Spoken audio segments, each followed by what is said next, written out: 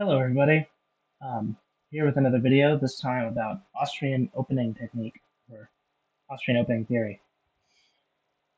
So up on screen I have some of the stats from the speedboat league over the last year. And so it's total games 277, and these are the stats for Austria. You read it yourself, but the main one I'm going to be focusing on is the elimination percentage. It's at 47.65. Um, So this is the first in a series that I'm going to do about opening theory on this channel, and I'm going to start with the highest elimination percentage and go down. And I may do a wrap up when I'm done of all the different openings as they and how they connect to each other around the board. So if Austria does different things, Italy should do different things, Russia should do different things, and that affects how England and France play. And like I said, Austria has the highest elimination percentage of any power. It's nearly double that of Italy or France, and almost half of all of Austria's are dead by the end of the game. That being said, its top percentage is higher than England, Italy, and Russia. Only by a few points, but it's higher. So it isn't all bad. And I hope that this video I can cover how I think players can take advantage of that to boom or bust sort of situation to profit in the speedboat league. So you might be tempted to play super carefully with Austria, and I think one way to do this would be trying to defend Trieste at all costs. The fleet stays like a hold, or the fleet goes to Venice or something, or you like support it to hold. But this really leaves you vulnerable to an early attack by Austria or Turkey. Sorry, Russia or Turkey. That being said, I am going to advocate for two different options as the primary openings you should be considering for Austria.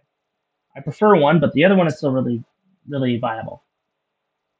Both versions involve an attack on Greece using Budapest to Serbia and Trieste to Albania. So I'm going to show this in a backstabber. You're always going to do Trieste to Albania and Budapest to Serbia. This moveset is the most common moves for those two units is Austria. It's really all that you want to be doing with those two units, because we're going to submit. Now you can support yourself to Greece. I just wanted to visualize that so people could see what it's going to look like. And you'll probably have, let me just go back. So you probably have, like, even if you have all of this happening, you can still force Greece. Unless Italy is in Ionian Sea and they support, or they go here, which probably isn't going to happen. You're getting Greece. You're going to be at least one build on 4, and you're going to be fine. This is always what you're going to do, and most of this video is going to be about what you do with Vienna. So anyway, there's other openings using Trieste and Budapest to do different things, like going to Romania or going to Venice, but I'm not going to discuss them because, frankly, I don't think they're worthwhile. If you want to try it out in a low-stakes game, or even a depressed game where you can have more leeway in how you figure out what other people are doing, I'm going to focus on the openings that I think are really viable for people to do. Okay, so the most common option with Vienna is to move to Galicia. That's understandable. Obviously, it's to bounce the all-too-common Warsaw to Galicia that Russia usually does, to keep them at bay a little bit longer. Its biggest effect, though, with the Vienna army is in reference to Italy. So most of this video, I'm going to be talking about Italy and what you do with Vienna in relation to Italy. So if you choose the Vienna-Galicia variation, it's well used. I've played it hundreds of times myself, dozens of times myself. You have to be ready to enter the Trieste loan line of the opening. So there's a whole variety of openings in this vein, including Italy moving to Trieste in the spring, some in the fall. Some include Italy going to Aegean, others going to Tunis. Unfortunately, since it's not pressed, you can't rely on Italy doing what they say they're going to do, or what you think they're going to do. You don't know which version they want to pick. And that's one of the reasons why I decided to stop playing it myself, because I never knew if Italy was going to go for the Aegean move, which I prefer. I'm happy with that. Or if they were just going to come for Tunis and build 2 fleets, which I don't really like. I'm like, why do you get 2 builds? I want 2 builds. I don't like allowing Italy into Trieste at all, because it allows them to be in the driver's seat. And I think that if you want to really boil down what the difference between the Vienna-Galicia move and the Vienna-Trieste move is. It's who gets to be in charge. And some would say if you go to Trieste, you're letting Russia be in charge, but we'll get to that. That being said, it's not like it has no benefits. It's generally safer than the second option. If Italy stays friendly long enough, you can get a good game out of it. And certainly out of the gate, the first couple years, you're less likely to be eliminated if you do the Vienna-Galicia version. Unfortunately, you have to put your life into Italy's hands to accomplish this. Like I was saying earlier, you're putting them in the driver's seat. If you want to go down that line, the things you want to look out for from Italy are Ionian to Aegean and fall, and convoy to Tunis. If Italy doesn't do one of those two things, and build fleets, three things, they're probably not going to be a good partner. So I'm just going to show that. If you're doing this, and Italy goes here, you're not going to want... I've seen people do this, where they go Rome to Venice and they still play pro-Austria, or like this, and they still play pro-Austria. I'll let them explore that, and maybe we'll talk about it a bit in the Italy video as well. As Austria, I don't feel comfortable with that. But if you want to survive, what you're going to have to do is go with whatever Italy wants. If you do the trilogue, this is what I'm trying to impart to you. If it's looking like this, you can't take Trieste back, right? You can't punish this attack because then you're going to lose Budapest to retreat, right? You have to keep going. You have to keep going to Greece, and you have to probably bounce Galicia again and just allow them to stay here. And whatever they're going to do with Venice, with the Piedmont, with the Turelia, walk in here, they could do whatever they want to you.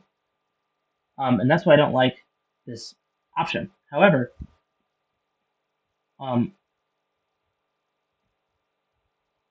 if they do this instead, and then here,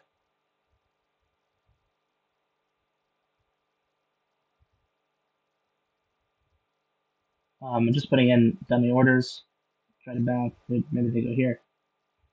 If they do this instead, now you have a situation where Italy's in the Aegean, they're getting a fleet build. Turkey's getting a fleet, but it doesn't matter. You're getting an army, Russia's got an army. Like, this is a much more even AI versus RT situation. But not every Italy wants this. Some Italys would much prefer to take your stuff. And they might even, heck, they might even convoy to Albania here. Like, I've seen people do this.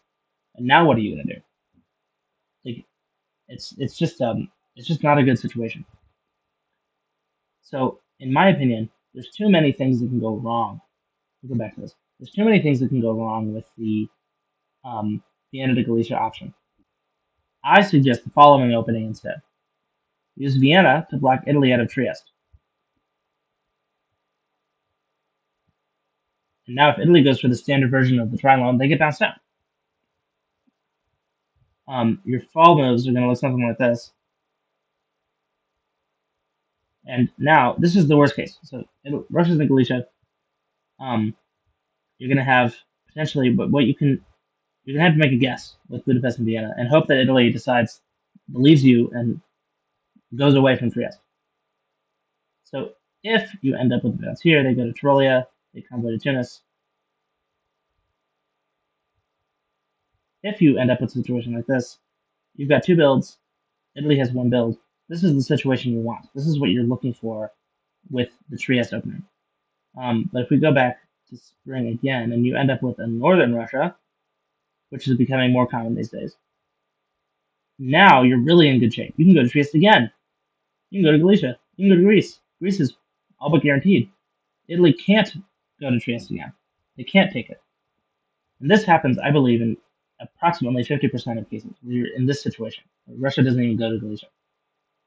And in another 50% of the times when Russia goes to Galicia, you end up with a situation where you can bounce them out. Sometimes Italy doesn't even go. Sometimes Italy's like this. Hold on. Let me roll back to spring. Sometimes Italy does this. And now you can use Trieste to guess Vienna or Galicia, which one Russia's going to go to. And about half the time you're going to get that right, and you're going to end up with two builds.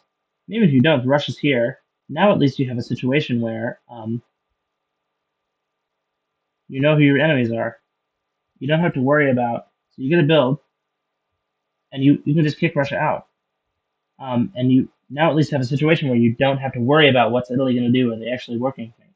Russia's always going to try to kill you, if they're going to Galicia. So it doesn't matter. That being said, I do think that Russia's seem to be moving north instead because of the super anti-England meta. and so you're probably going to see a lot of empty Galicias, and that's a really good thing. So in my experience, Italy generally takes the hint and stops bothering you in Trieste after the first bounce, and definitely after the second bounce. Obviously, if they persist, you're going to have a problem, and that's just going to be how your game is. Regardless, that is all for my Austria video. That's pretty much all I wanted to talk about. I am going on vacation this week, so I probably won't release anything else until August. I might be able to get one more video up about England before I leave. I don't know though. And I might do a video about my experience at DEFCON in Denver, which is where I'll be in a couple weeks. So like and subscribe. Head below to the comments, make a comment, and let me know what you thought. And I hope you have a wonderful rest of your day. Bye bye.